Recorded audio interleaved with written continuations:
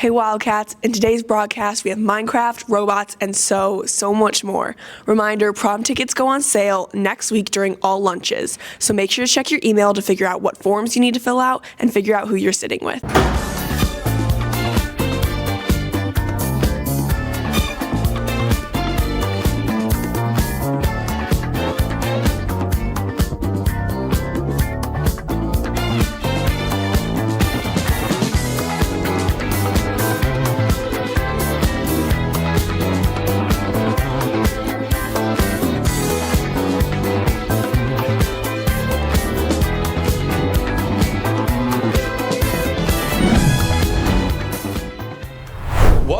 Welcome to Events in Minutes. I'm Neil AM, and it has been a busy week. Senator Cory Booker broke the record for the longest filibuster on the Senate floor, which was previously held by a guy who opposed the Civil Rights Act for 24 hours straight. The US is still pursuing Greenland like a drunk ex who is going to end up in cuffs by the end of the night. And the most annoying person you know lost money in the stock market this week. Still, the most shocking thing in the news was a decision from the United States Supreme Court. According to NPR, the US Supreme Court delivered a major victory to President Trump on Monday, allowing the administration to continue deporting what it says are Venezuelan gang members. The vote was 5-4, with conservative Justice Amy Coney Barrett joining the three liberals in dissent. At issue in the case was the 1798 Alien Enemies Act, a controversial law invoked only 3 times in US history, always during wartime, which allows the president to detain, relocate, or deport non-citizens considered an enemy of the US. President John Adams' Congress passed this law 226 years ago against the French. That's right, the US was afraid of cigarette-smoking, baguette-eating, rude French people back then.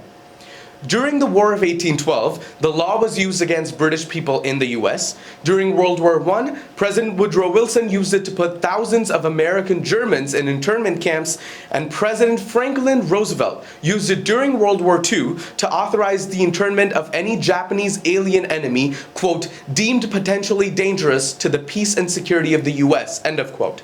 Now, how is this actually going to work? Can Trump just round up everyone with a skin color he doesn't like? Not exactly. From here on in, the alleged gang members need to be given notice of deportations and the opportunity to contest the deportations. It's unclear what the order means for people who are already deported to El Salvador or people who have been deported to other countries that they've never been to and have no connection to. That's fun. Also, here is desperately in need of a speaking coach, Secretary of Homeland Security Kristi Noem announcing the latest US collab.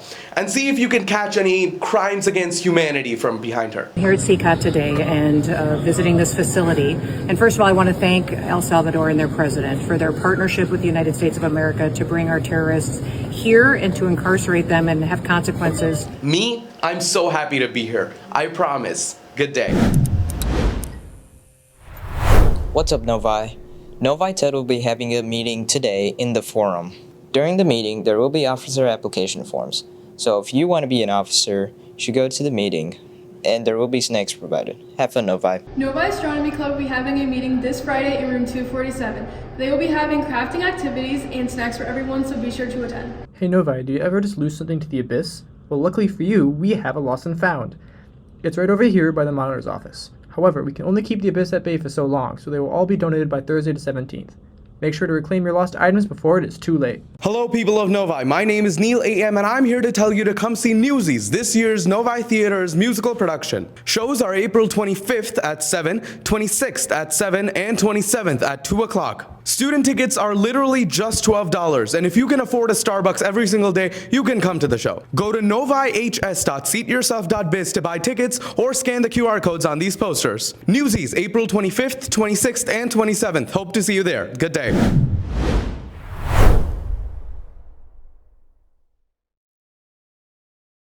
Hello, this is Melissa, and today I'm with Mrs. Schumann. Where are you from, Mrs. Schumann? I'm from Ludington, Michigan. So if you have your handy dandy map of Michigan, I'm from all the way over here in a little tiny town called Ludington. All right. So what was the biggest fashion trends when you were in high school? When I was in high school, it was a lot of Hollister Aeropostale, a lot of like layering, like camis and stuff. And those sandals that had the really long strap in the middle, everybody's dogs were out. And what was the most popular slang? YOLO and swag. Cool. And what is one thing that you think it was better when you were in high school? Definitely the lack of cell phones. Like, it was just so much easier to focus in class. Like, obviously, we would still text our friends in our pockets and everything like that, but it was much easier without all of the social media and like constantly being on a smartphone. All right. Thank you so much.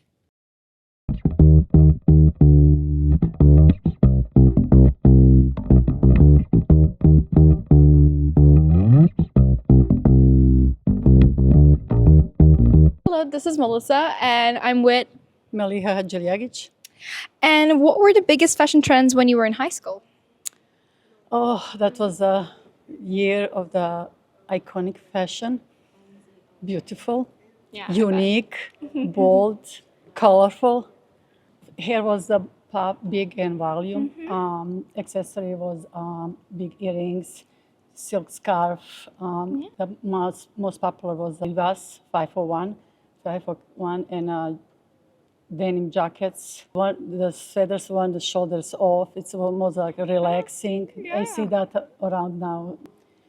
Khaki pants and polo shirts with a feather tie. How about your go-to hangout spot after? The river through my downtown. And after school, we go and sit on benches, do the homework, read the that's sweet. books.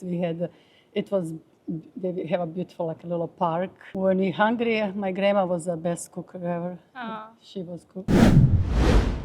First we mine, then we craft. Let's Minecraft! What's up, guys, and welcome to the Minecraft movie review. So my ranking of the plot, it was okay. I feel like they had a ton of potential and they didn't really use it. But the movie was like so bad that it was good. And it was still funny. So I'll give the plot like a 6.5 out of 10. Make all red. Yeah, obviously this wasn't anything serious. It's like a lot of other video game movies, but they love crushing a loaf. I'm gonna give this a 7. It was just so funny. Chicken jockey. So I'm gonna be a little bit more objective with my rating. What the concept that these guys are trying to kind of convey is the concept of ironic enjoyment. Objectively, the plot was pretty terrible. It made no sense. It was really not connected to the game. It was funny because it was so bad. So I'm gonna give it a negative 6 out of 10. Wow. Negative being the ironic part.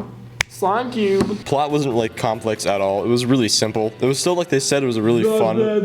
I think it's obvious that they are dragging it out to make sequels.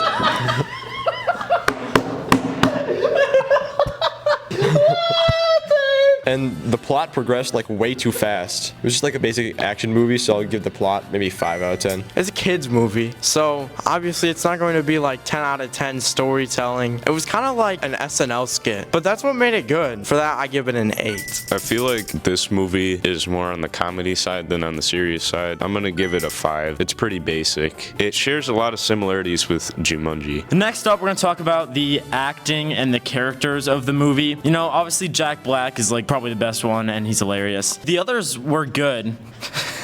Hola.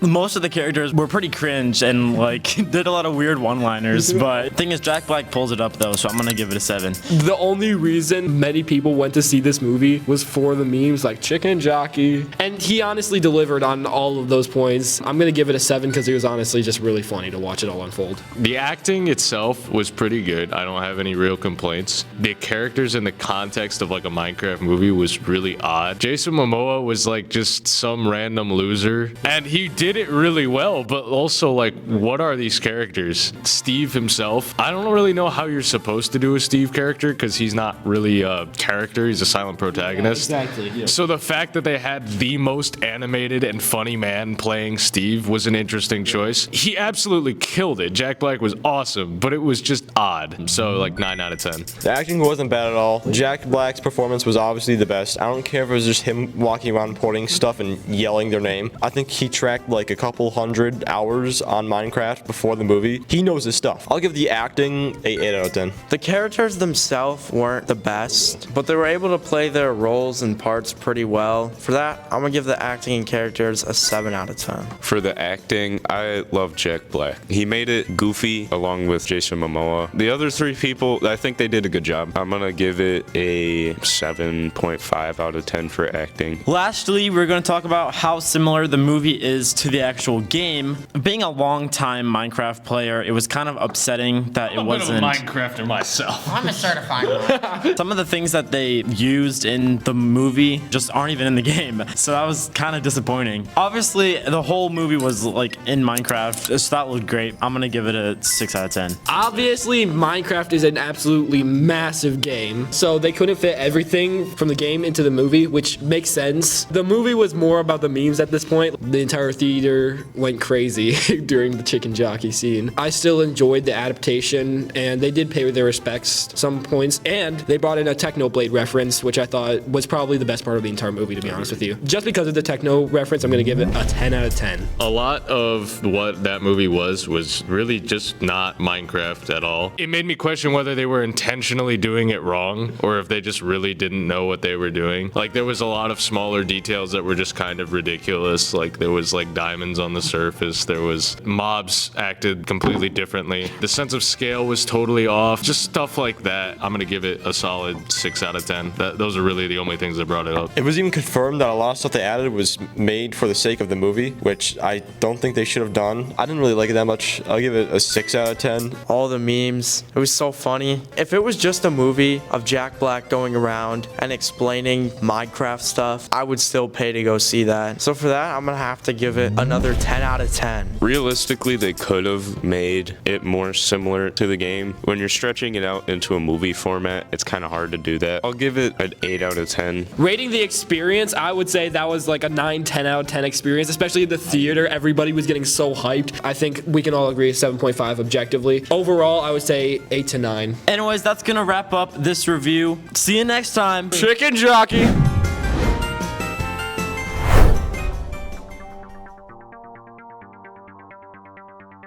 This year's game is Reefscape, and the scoring elements are the corals and the algae. Each team or alliance tries to get the highest points by scoring them on several scoring elements. The game starts off with an autonomous segment, which means no human interaction, then goes to the human and ends with each robot attempting to climb a box on a chain, which gives the team additional points. .503 back at the human player station looking for one more coral as 2960 is making a move for level 3 on the reef. They're going to have to take another take on that. See who can get all of the corals they need onto the reef to try to get that ranking point. And these robots begin to make their way over to try to attempt to climb. We're going to see who can get off the ground just now. It looks like 2960 does. It looks like 503 does. We're going to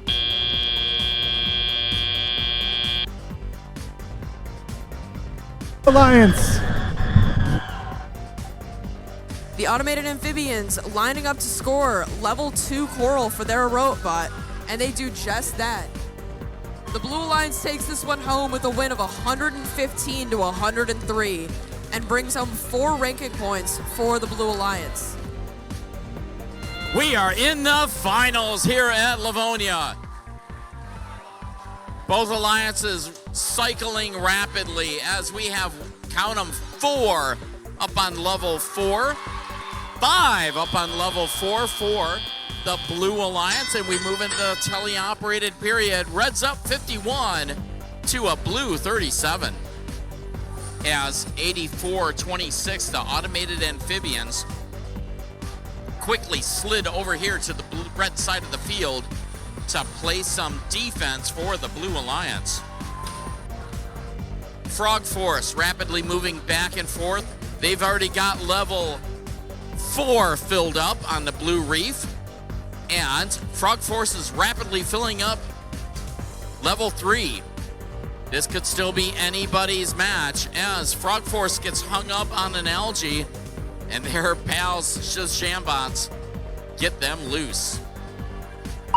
We are at the end game period.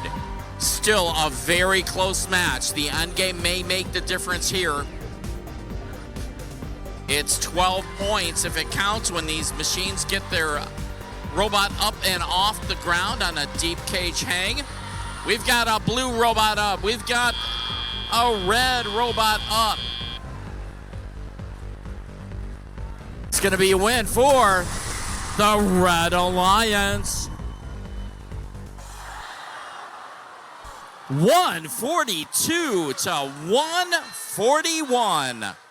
1 point between these alliances.